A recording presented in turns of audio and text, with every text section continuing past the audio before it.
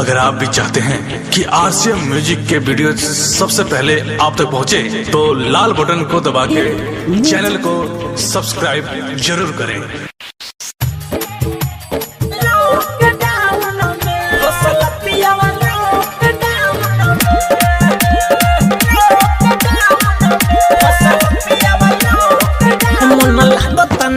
सखी लागत हाडोई डोई सोची पिया कैसे अहे असो मन लागत नहीं सखी लागत डर रोई रोई सोची पिया असो अहे कैसे घर मिले न कुछ टाउन में सखी रे सखी मिले न कुछ टाउन में फसल पिया वाला लॉकडाउन में मिले न कुछ टाउन में फसल पिया वाला लॉकडाउन में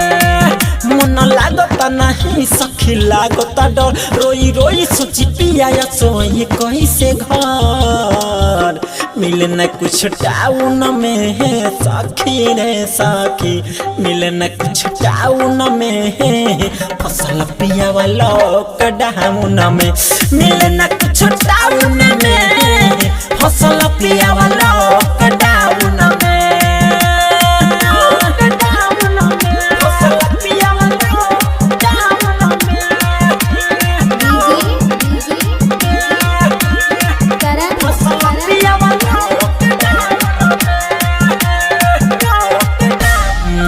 उदास बनल बाटे बिरहिन सखी रे उन्हें कहा याद में खाना पीना निकल गे नहीं दिन और रात में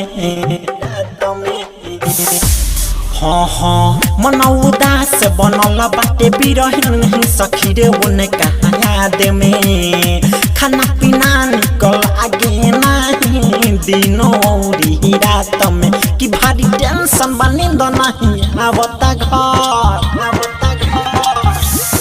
हो बस गाड़ी नहीं चलता कवन हो शहर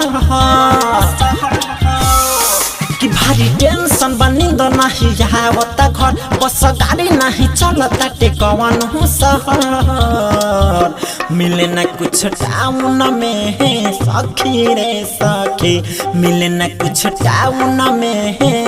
फसल पिया वाला लॉकडाउन में मिले न कुछ टाउन में फसल पिया वाला लॉकडाउन में फसल पिया वाला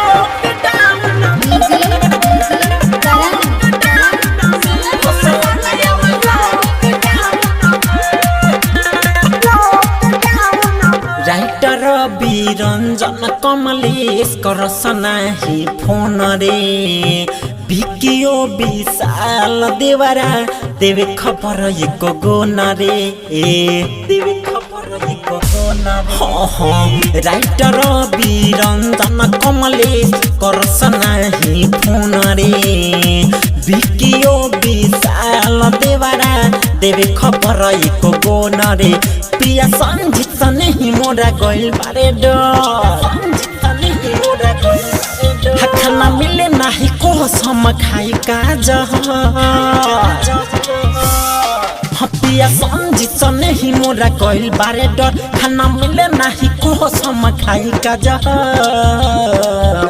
मिले न कुछ टाउन में सखी रे सखी मिले न कुछ टाउन में फसल पिया वाला लॉकडाउन में मिले न कुछ टाउन में फसल पिया वाला लॉकडाउन में मन लागत नहीं सखी लागत डर रोई रोई सोची पिया सोई कैसे घर मिले न कुछ टाउन में सखी रे सखी मिले न कुछ टाउन में फसल पिया वाला लॉकडाउन में मिले न